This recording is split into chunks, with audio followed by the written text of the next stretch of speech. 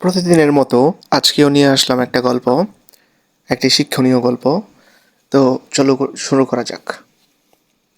একটি ছোট্ট গ্রামে রাহুল নামে এক যুবক বাস করত। রাহুল খুবই প্রতিভাবান ছিল, কিন্তু নিজের উপর তার বিশ্বাস ছিল না। গ্রামের অনেক যুবকদের মতোই সে জীবনের পথে কোনো লক্ষ্য ছাড়া দিন কাটাতো। একদিন রাহুল তার গ্রামের পাশের বনে হাঁটতে বেড়াচ্ছিল। হঠাৎ সে একটি ক্ষুদ্র বীজ দেখতে পেল, যা মাটি থেকে অল্প অল্প বের হচ্ছিল।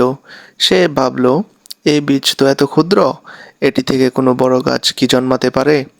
তবে কিছুদিন পর রাহুল সেই একই পথে হাঁটতে গিয়ে দেখল যে সেই ক্ষুদ্র বীজটি এখন একটি ছোট্ট চারায় পরিণত হয়েছে। দিন গড়ানোর সাথে সাথে চারাটি বড় হতে লাগলো। কয়েক মাস পরে সেই ছোট্ট চারাটি একটি বড় গাছে পরিণত হলো, যার ছায়ায় গ্রামের মানুষ বিশ্রাম নিতে শুরু করলো। রাহুল বুঝতে পারল, আমাদের জীবনের স্বপ্ন ও লক্ষ্য ঠিক এই বীজের মতো।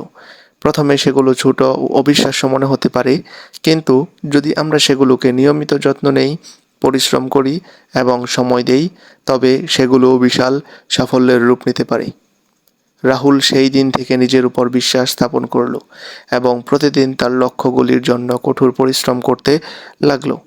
সময়ের সাথে সাথে রাহুল তার জীবনের অনেক বড় সাফল্য অর্জন করলো এবং তার এই যাত্রা গ্রামের অন্যান্য যুবকদের জন্য অনুপ্রেরণার উৎস হয়ে গেল। তো বন্ধুরা, এই গল্প থেকে শিক্ষা হলো, কখনো নিজের স্বপ্নকে ছোটভাবে দেখো না। পরিশ্রম আর বিশ্বাসের সাথে যে কোনো ছোট শুরুও একদিন বড় সাফল্যে পরিণত হবে। তাই আপনাদের বলছি, চেষ্টা করে যাবেন, কখনো হার মানতে শিখবেন না। যাই হোক, এই চ্যানেলটি খুবই ছোট্ট একটি চ্যানেল, এখনও সাবস্ক্রাইবার খুবই কম। তো আপনাদের এই পরিবারটিকে বড় করার জন্য সাবস্ক্রাইব করবেন, একটি লাইক দিবেন দয়া করে। তো এতক্ষণ সাথে থাকার জন্য আপনাদেরকে অসংখ্য ধন্যবাদ, আর সবার জন্য শুভকামনা রইল। ধন্যবাদ।